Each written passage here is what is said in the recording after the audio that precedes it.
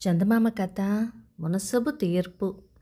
తామరాడ గ్రామంలో తమ్మిరాజు అనే కోమటి ఒక సంత రోజున రాత్రి 8 గంటల వేళప్పుడు చీడి మీద చతికిలబడి లబో లబోమని గుండె బాదుకోవటం మొదలెట్టాడు.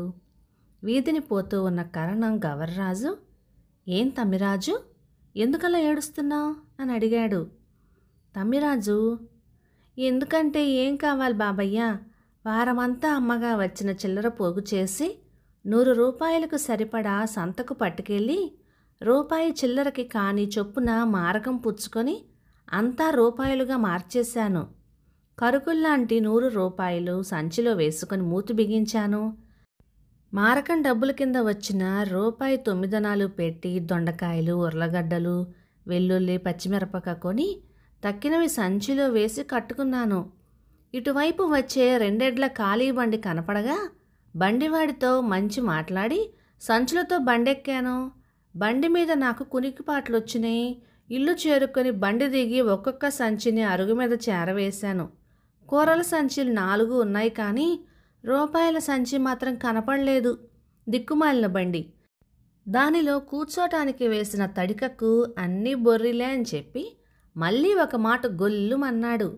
గవర్రాజు గారు సానుభూతి కనబరుస్తూ, ఏ బొర్రీలోంచో ఆ మూట జారి రోడ్డు మీద పడిపోయి ఉంటుంది. ఒక పంచెయ్, నా రూపాయల సంచి పోయింది, దాన్ని తెచ్చి ఇచ్చిన వాళ్ళకి 10 రూపాయలు బహుమానం ఇస్తాను అని వెట్టివాడి చేత చాటింపు వేయించు. ఆ పైన నీ అదృష్టం ఎలాగుంటుందో చూద్దాము అన్నాడు. తమ్మిరాజు, 10 కాదు, 25 ఇచ్చుకోమన్నా ఇచ్చుకుంటాను, 50 ఇచ్చుకోమన్నా ఇచ్చుకుంటాను, నా సంచి నాకు దొరికితే అంతే చాలు అన్నాడు. 10 రూపాయలు ఇస్తానందు, చాలు గాని ఆ పైన నీకెంత తోస్తే అంత ఇవ్వచ్చు అన్నాడు కరణం.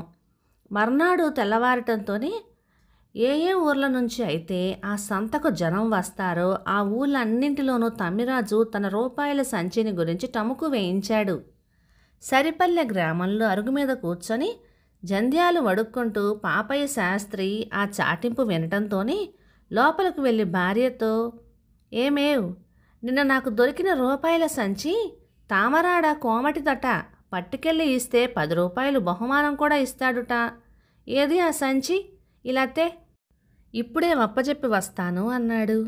శాస్త్రి భార్య జానమ్మ, ఏమిటి, చేతికి చిక్కిన మూటను చేతులారా వప్పగించి వస్తారా? ఎక్కడైనా విన్నామా ఇలాంటి విడ్డూరం అంది. ఊరికే ఇస్తానుటే, 10 రూపాయలు బహుమతి వస్తుంది అని చెప్పానుగా అన్నాడు శాస్త్రి. మీ తెలివి తేగలు తిన్నట్లుగానే ఉంది. గప్చుప్గా ఊరుకుంటే సంచెడు రూపాయలు మనమే కదుటండి. ముష్టి 10 రూపాయలు ఎక్కువ, సంచెడు రూపాయలు ఎక్కువ అంది జానమ్మ. సొమ్ము ఎవరిదో తెలిసాక మన దగ్గర ఉంచుకోవటం దొంగతనం అవుతుంది. అయినా ఒకళ్ళ డబ్బు మనకెందుకు పోనిద్దు. తే, ఇలా తే ఆ సంచి, ఇచ్చి చక్క వస్తాను అన్నాడు శాస్త్రి. ఇదిగో పట్టుకెళ్ళండి అంటూ జానమ్మ సంచి తెచ్చి శాస్త్రి ముందు గిరాటు వేసింది. శాస్త్రి ఆ సంచి పుచ్చుకొని తామరాడు చేరుకున్నాడు.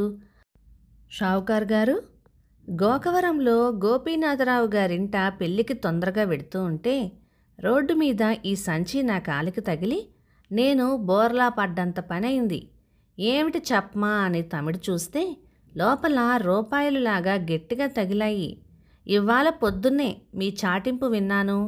మీ సొమ్ము మీకు వప్పచెప్పి బహుమానం పుచ్చుకుందామని వచ్చాను అన్నాడు. తమ్మిరాజు తన రూపాయల సంచి కంటపడటంతోనే బ్రహ్మానంద భరితుడయ్యాడు. సంచి మూతి విప్పి రూపాయలన్నీ ఒక్క మాటను లెక్క వేసుకున్నాడు. 100 రూపాయలు చెక్కు చెదరకుండా ఉన్నాయి. ఇంకా బ్రాహ్మణుడికి బహుమతి కింద వాటిల్లో నుంచి 10 రూపాయలు తీసి ఇవ్వడమే తర్వాయి, కానీ తీరా సంచి చేతికి చిక్కగానే ఆ 10 రూపాయలు ఇవ్వటానికి మనసు ఒప్పింది కాదు. శాస్త్రులు గారు, ఈ సంచిలో 110 రూపాయలు ఉండాలి, లెక్క చూస్తే 100 ఉన్నాయి, మీ బహుమానం 10 మీరు ముందే తీసుకున్నట్టున్నారే అని అనేశాడు. పాపయ్య శాస్త్రి ఆ పలుకులు విని నిర్ఘాంతపోయాడు. తమ్మిరాజు ఆయనను బొకాయించేసరికి మారు మాట చెప్పలేక శాస్త్రి తిరుగుదారి పట్టాడు. వెడుతూ ఉండగా దారిలో కరణం గవర్రాజు ఎదురై శాస్త్రిని పలకరించాడు. జరిగిన సంగతంతా శాస్త్రి ఆయనకు చెప్పగా విని గవర్రాజు షావుకారు చేసిన దగాకు ఉగ్రుడైపోయాడు. మునసబు దగ్గర ఫిర్యాదు చెయ్యండి, మీ బహుమతి మీకు నించున్న పాటను ఇప్పించేస్తారు. ఇంత దారుణమా మరీను అని సలహా చెప్పాడు. అలానే శాస్త్రి వెళ్ళి మునసబుతో ఫిర్యాదు చేశాడు.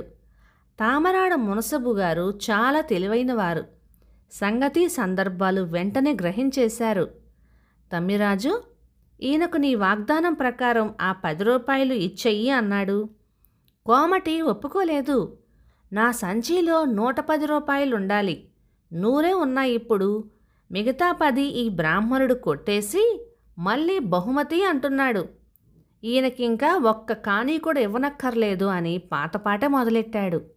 అప్పుడు మునసబు, చూడు తమ్మిరాజు, ఈ బ్రాహ్మణుడు మూతి కూడా విప్పకుండా తెచ్చిన సంచిలో 100 రూపాయలే కదూ ఉన్నాయన్నావు అని అడిగాడు. చిత్తం బాబు, ఆయన ఎదుటనే లెక్కబెట్టాను అన్నాడు షావుకారు. ఇది విని కరణంతో, గవర్రాజు గారు, వీళ్ళిద్దరూ కూడా ప్రామాణికాలు చేసి చెబుతున్నారు గనక ఇద్దరి మాట నమ్మవలసిందే. తమ్మిరాజు పోగొట్టుకున్నది 110 రూపాయలున్న సంచి, పాపయ్య శాస్త్రి గారికి దొరికినది 100 రూపాయల సంచి. దీన్ని బట్టి శాస్త్రులు గారికి దొరికినది షావుకారు గారు పోగొట్టుకున్న సంచి కాదని తేలుతోంది. శాస్త్రులు గారు, ఈ సంచిని మీరు తీసుకొని పోండి. 100 రూపాయల సంచి పోయిందని ఎవరైనా వస్తే ఇచ్చేద్దురు గాని. తమ్మిరాజు, ఇక నువ్వు వెళ్ళు. నువ్వు పోగొట్టుకున్నాను అంటున్న ఆ 110 రూపాయల సంచి ఎవరైనా ఎప్పటికైనా తెచ్చి ఇవ్వకపోతారా అని చూద్దాము అని తీర్పు చెప్పేసి కచేరీ నుంచి వెళ్ళిపోయారు మున్సబు గారు. కథ సమాప్తం. ఇక ఈ కథ 1950 సెప్టెంబర్ నెల చందమామలో వచ్చింది. రచన బి రుక్మిణి గారు, మైసూరు నుంచి. ముందుగా అవసరంలో ఉన్నవారికి తగిన సలహాలు ఇచ్చిన కరణం గారు కానీ, నిజాయితీగా ఉన్న శాస్త్రులు గారు కానీ, మంచి తీర్పు ఇచ్చిన మునసబు గారు కానీ, అందరి పాత్రలు బాగున్నాయి. చివరగా తమ్మిరాజుకు మాత్రం తగిన శాస్తి జరిగింది. మునసబు గారి తీర్పు చాలా బాగుంది కదా.